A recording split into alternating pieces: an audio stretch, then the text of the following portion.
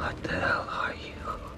I am Venom, and you are mine. Spider-Man is one of Marvel's most beloved characters. Just like all great heroes, the villains who inhabit his Spider-Verse are big, bold, and deadly. And since his debut in the 1980s, Venom reigns as one of Spidey's greatest threats. But with 4 troubled film appearances and counting, it seems like we may never see a proper Venom on the big screen. But why? Before we untangle the symbiotic goop of Venom, be sure to hit like and subscribe below to keep up with all our Nerdstalgic videos. When Spider-Man first swung into the pages of Marvel Comics in 1962, creators Stan Lee and Steve Ditko never could have anticipated the staying power of the wall crawler. With thousands of comic issues, dozens of TV shows, and several film appearances, the red and blue web slinger has had his fair share of changes over the years. From futuristic enhancements to multiverse reflections, mutated abominations, and rebel yells, Spider-Man suits evolve and change with the times. In fact, according to Ditko, an orange and purple color scheme was initially considered for the character, but the first official new Spidey look came in the form of a now infamous black suit. Debuting in The Amazing Spider-Man issue number 252, the black suit gave new meaning to the phrase strange bedfellows. Rather than a simple costume change, the black suit is a living extraterrestrial being known as a symbiote. Seeking a host to feed from, the symbiote attached itself to Spider-Man during the Secret War, thus creating a higher-powered web crawler. Fortunately for fans of the standard red and blues, the symbiote was eventually thwarted and forced to seek a new host. After being expelled from Peter Parker, the symbiote came across a deeply troubled character named Eddie Brock. Like a cursed mirror version of Peter Parker, Brock is a seedy journalist who bears more resemblance to Jake Gyllenhaal's Nightcrawler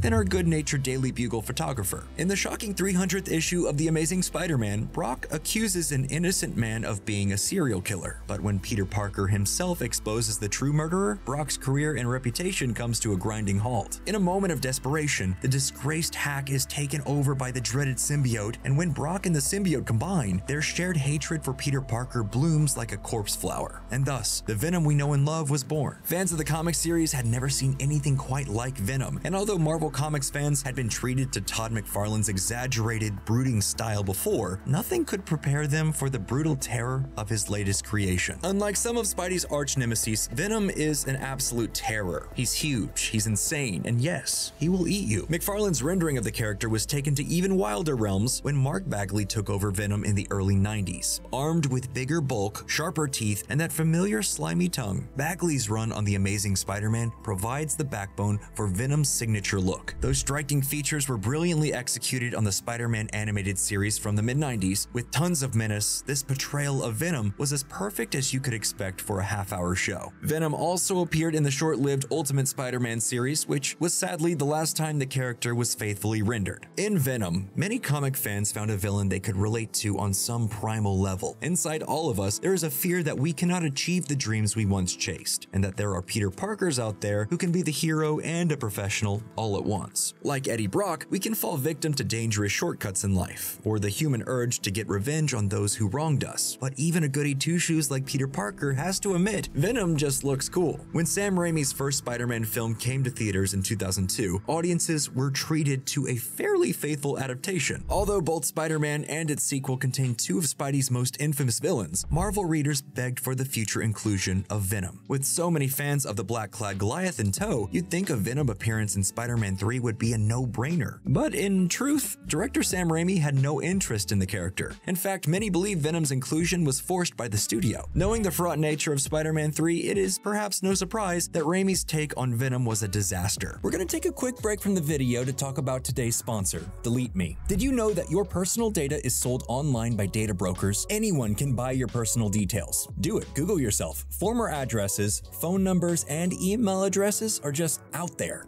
That's why this video is sponsored by Delete Me. People can use this sensitive information to steal your identity or even try to ensnare you into phishing scams. In the worst case scenario, possibly stalk you. I use Delete Me to help me keep my private information private. If you'd like to as well, you can go to joindeleteme.com/nerdstalgic to get 20% off. Delete Me is easy to use, simple, and straightforward. Protect yourself now before it's too late. If you're worried about who can see highly specific details about you and your family, there's no better way to safeguard yourself than to use Delete Me to delete yourself from these predatory people search sites. Okay, let's get back to the video. The 2007 film has plenty of problems: an overstuffed cast, convoluted plots, and a truly cringeworthy showcase of the black Spidey suit, but none of these issues are as glaring as Venom. For one, Venom shows up for a measly few minutes, despite enormous hype. Add to that an entire characterization that feels more like Smeagol wrapped in black than a hulking menace, less of a threat than a minor distraction, and unfortunately, a villain about 3 feet too short and devoid of any stakes. As negative fan responses to Raimi's final Spider-Man film poured in, Marvel entered a new phase as a company. Prior to the formation of the MCU, Marvel films had been doled out to Sony through rights contracts. So while the MCU formed its Avengers, Sony started the Amazing Spider-Man films. And after the lukewarm reception of 2 Amazing Spideys, the MCU brought their web-slinger home. Under new guidelines, the MCU regained Spider-Man, while Sony was relegated to Spider-Verse sidekicks and villains. Because of these restrictions, Sony forged new ways to get the most bang for their webby bucks. When Venom was announced as a standalone film, fans of the character could not have been more ready. Despite being burned by a previous franchise and an unmade Dolph Lundgren vehicle in the 90s, Venom stans were ready to forgive. Once it was revealed that genre flick favorite Tom Hardy would star as the titular terror,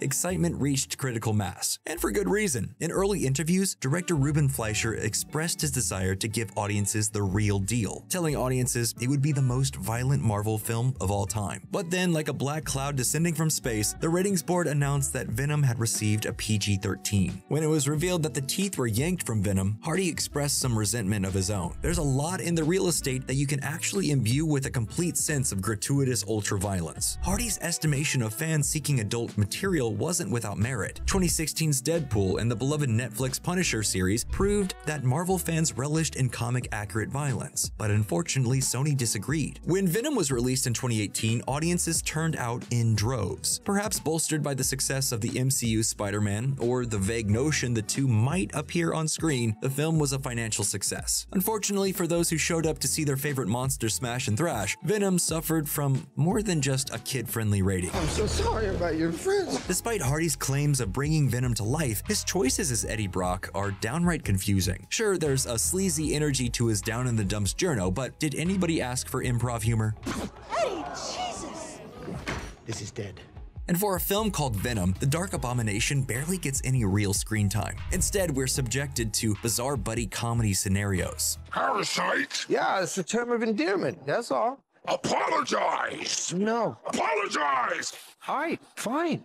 I'm sorry. More like a deranged married couple than a monolith of horror, Venom is certainly the strangest comic adaptation of all time. Although some audiences found the first outing to be a fun, albeit empty-headed ride, others felt like they had once again been betrayed. But even the most hardened hearts were somewhat softened by the film's mid-credits shocker. There's gonna be carnage.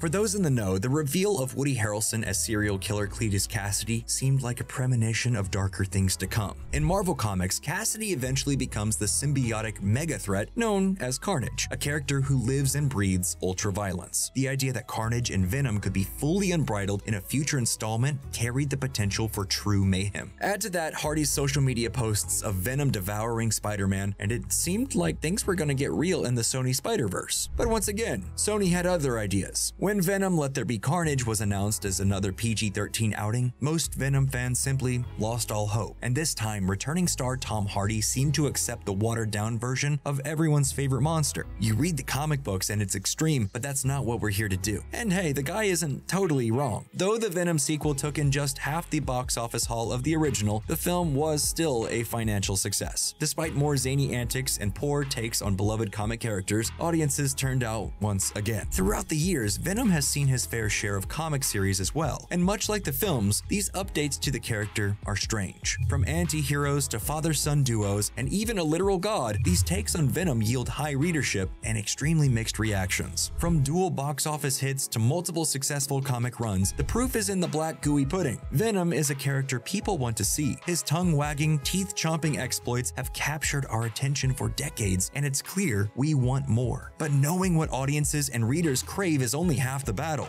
At this point, does anyone expect a quality outing from the studio that gave us this? Allow me to introduce the phalanges, the metacarpals, and the pretty little stinky pinky. Even with Venom: The Last Dance just over the horizon, it's hard to believe the character can ever truly rise again. But with ever-changing rights contracts, R-rated comic hits, and more poor prospects for Sony, perhaps one day the winds will change. And maybe, just maybe, we'll all get the Venom we deserve. That's it for this week's episode. So, is there any hope for the proper Venom films? Let us know what your perfect Venom film looks like in the comments below, and as always, be sure to hit like and subscribe to keep up with everything Nerdstalgic.